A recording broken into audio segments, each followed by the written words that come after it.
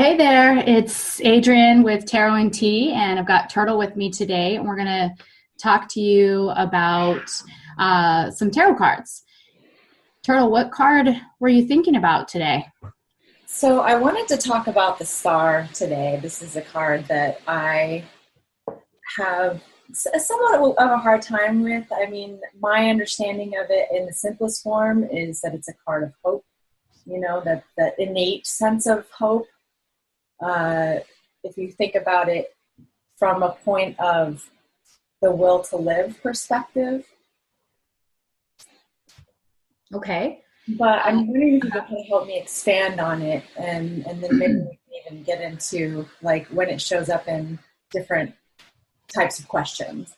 Yeah, definitely. I think you're right. The archetype of that card is one that is definitely connected to hope or maybe even faith. The way I like to approach the cards, and what I would also recommend, is approaching it from the perspective of it's a major card, so the card that it follows. The cards will tell a story, and the story builds off of the card before, since the majors are sort of an archetypal journey. So when you think about it from that perspective, and you know that it follows the tower, what might you see, or when put that in the context of hope? Now, what does the star mean to you when you know that it follows the tower? So to me, that means even when everything seems to have fallen apart, there's something inside you that sort of says, okay, pick yourself up. Everything's going to be fine, and you may not have really any basis for that, though, like no facts or a plan or something like that, right? Yeah, absolutely. And maybe even another way to say it is not just even when, but especially when.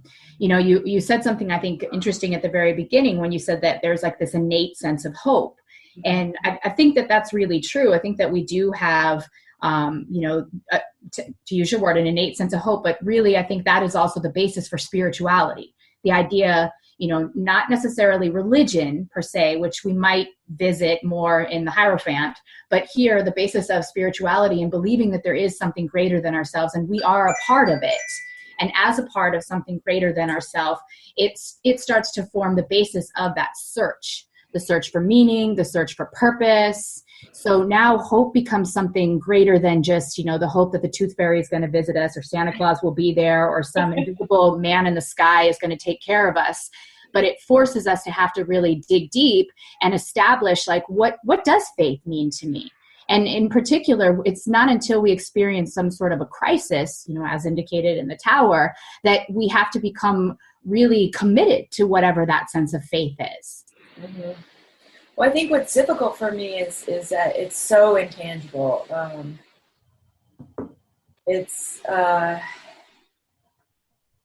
It doesn't feel like a card I can do something with, if that makes sense. Mm-hmm. But even listen to what you just said. That's really cool. Because again, like, we seek to have, like, when we're saying, like, we want faith or something, we're like, give me a sign. Yeah. Give me some sort of a sign. And then we get like all these signs and we're like, no, not that sign. Give me a tangible sign. So and this is really important too, Turtle. You bring up a really good point, because your reaction, your experience, your response to the card is also giving you an idea of what that card means. So frame that now in terms of your own maybe faith or spirituality. Maybe there is something in you that needs something tangible or wants to create something tangible. Right. I draw you to the image of the card, right, where we have this naked young woman who's kneeling at the banks of some sort of pond.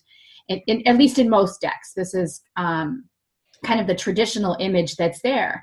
And she's drawing from this pool of water and pouring out onto the ground. And typically when she's pouring out onto the ground, we see, like, I think 5 different streams. Mm-hmm. So even there's the sort of this image or this hint that we create something from that sense of faith. And creating might just be the life that we live. Mm-hmm. So if this were to show up in perhaps a question that was like in a darker side or in the shadow side of things. What should I be looking at to let go of? And the star shows up. What do you think that could imply? I mean, is that almost like a warning against blind hope? Good. Faith. Blind. I was thinking that same exact word, like blind faith. Or maybe even, so a couple of things, like what are you putting your faith in? And, you think about people that working with this idea of spirituality and something greater than ourselves. You think about even like, to use a term like an atheist or an agnostic, right? So there is almost the absence of belief in something greater, not agnostic, but atheism, right? But even still, like they're still putting their belief, their hope, their faith into something else. Mm-hmm. And maybe the star is asking us on some level to really commit to or examine, what are we putting our faith into? Even in that very like hopeless, and think again about the tower. Actually, I want you to think about the bookends, right? The tower, and what is the star followed by? The moon? Yeah. Right? So it's bookend between like two pretty hard cards, right? Yeah. So, I mean, even in that space, go ahead. Did you want to say something?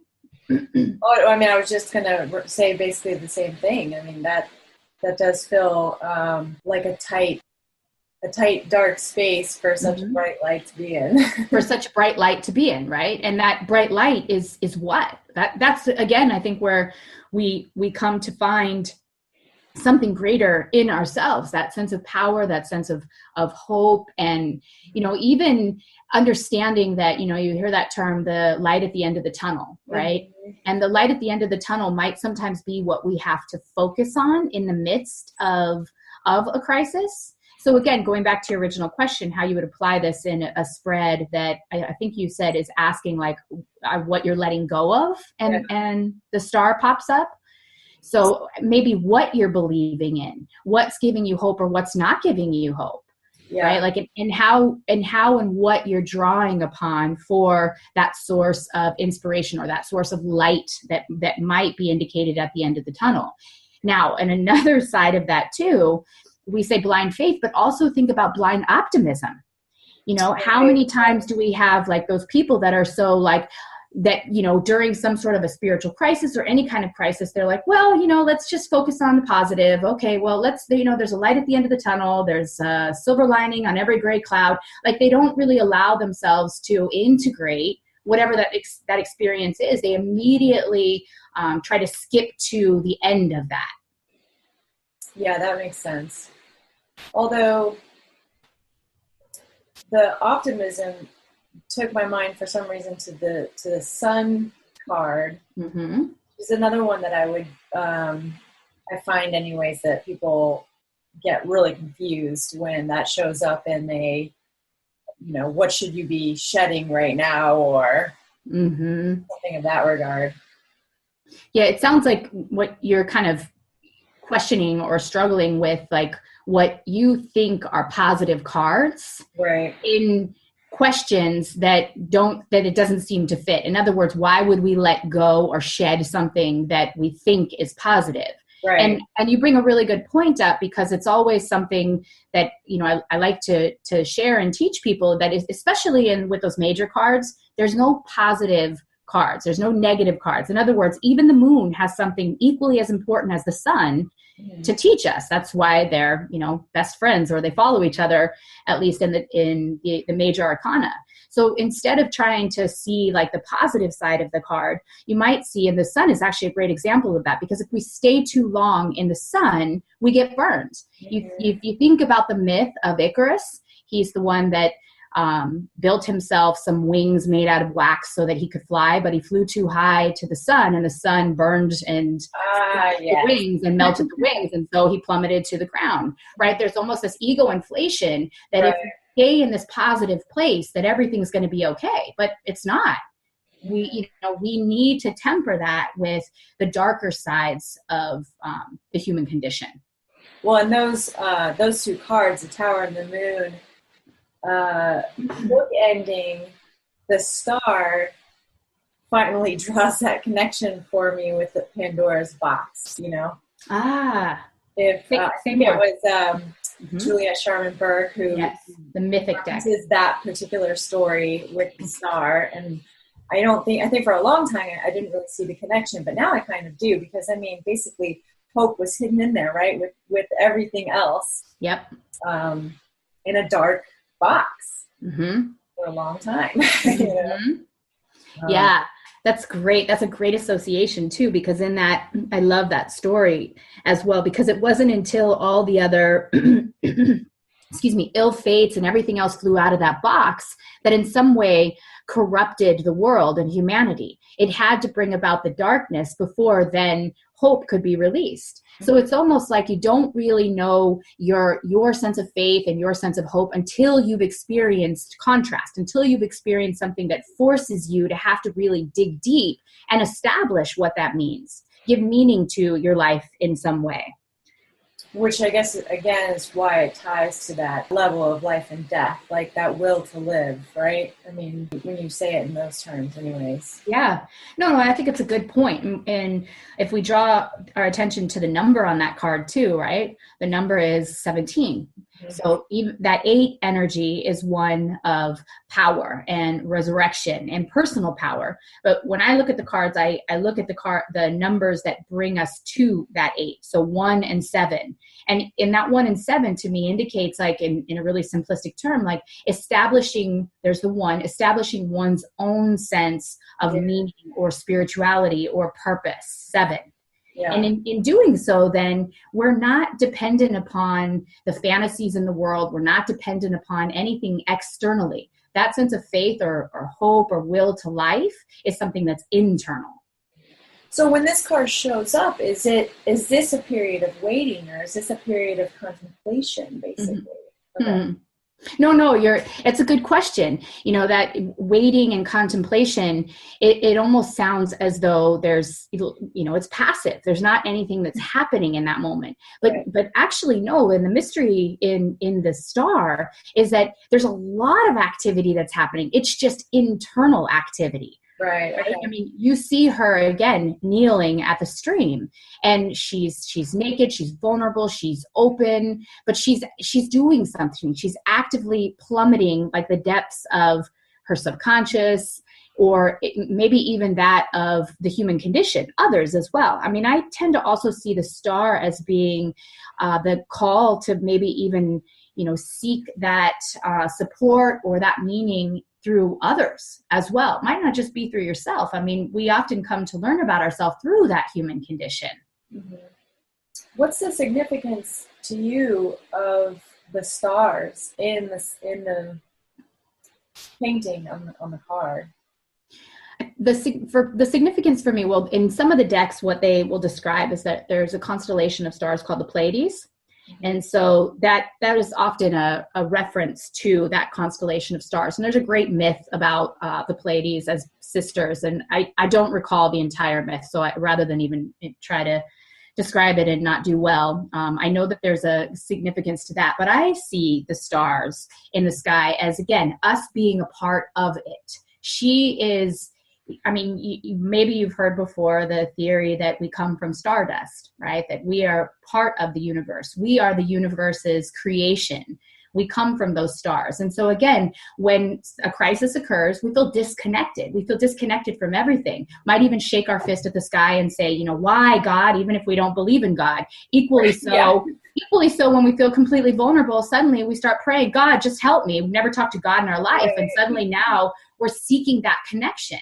But that connection is something that is internal. When we feel connected to something greater than ourselves, even in the great mystery of not needing to define and know what it is, suddenly we feel supported. We feel a part of it.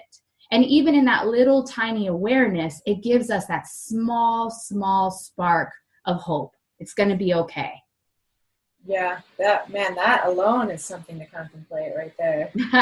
Yes. I mean, it's so easy to feel separate, you know, but I think there is a part of us that when the rug is pulled out from underneath us or the tower falls, we suddenly do feel in some way connected. Like everything will be okay because we've made it this far. And, you know, when you think about crises, like natural disasters or whatever, and how everyone just naturally starts banding together and helping out and that kind of stuff. I mean, I think that has star energy to it as well. Totally. And I think that you bring up another good point of the star, which is like, you know, seeking that connection. And so the star may indicate as well, and maybe not in the context that you asked, but also trying to be that inspiration for someone else. Yeah. You know, it's in those dark times when we become so self-absorbed that, you know, poor me. But when we reach a hand out to, you know, our fellow human, even in those moments, we realize that we're not void. Like we there's still something we have to give and to offer, and it almost reminds us of our own humanity. Let's also recall that in that image too, while she's bending on her knee, it's like on bended knee. What does that expression mean? There's humility in that as well. And we need that humility. I mean, it takes a wonderful crisis to happen to like knock the hubris out of us and for us to find that sense of humility. And in that place of humility, again, it's a equalizer, right? This one bad thing doesn't just happen to me. Right. Everybody goes through this pain and suffering. So it reminds us of our humility. Yeah, that's definitely true. Well, thank you. That's all very helpful. Good. And you've given me a lot to think about. So I'm hoping that I get the star and readings this week as I carry through my week, so I can get better acquainted with her. Right. And even call upon her energy when, you know, you need that for yourself as well. I mean, a lot of the star cards in the decks, they've got lots of really pretty, you know, interesting symbolism in them. And so it's one of the, I mean, all of the cards have the imagery, but there's something in that one too, I think, that just, I always see something new in that star card. Yeah, there's a lot going on for sure. Mm-hmm. All right. Well, good. Great question. If anybody has any questions and would like to have some personal time with Tarot and Tea, find me. You can email me. Go to my website, adrianabeta.com. You'll also find these videos on YouTube. So please reach out. I would love to share more with you. Thank you.